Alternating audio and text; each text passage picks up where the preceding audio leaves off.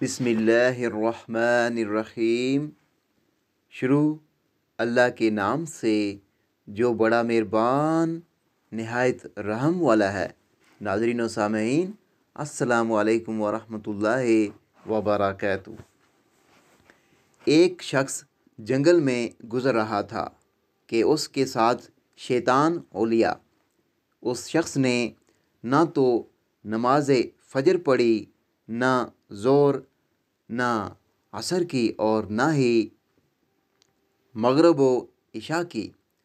رات کو جب سونے کا وقت ہوا تو شیطان نے اس سے کہا کہ میں تم سے دور رہنا چاہتا ہوں۔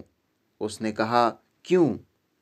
تو شیطان بولا اس لیے کہ میں نے صرف ایک سجدہ نہ کیا تھا، اور وہ بھی آدم علیہ السلام کو، اور تو نے تو دن بھر میں کئی سجدے خدا ہی کو نہیں کیے۔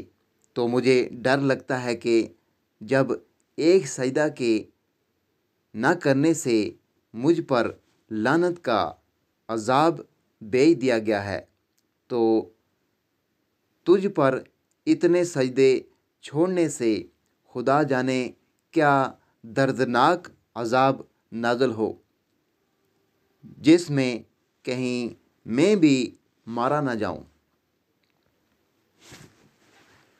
ناظرین و سامعین، نماز کا چھوڑنا بہت بڑا گناہ ہے، اور بے نمازی کو شیطان اپنے آپ سے بھی زیادہ برا سمجھتا ہے۔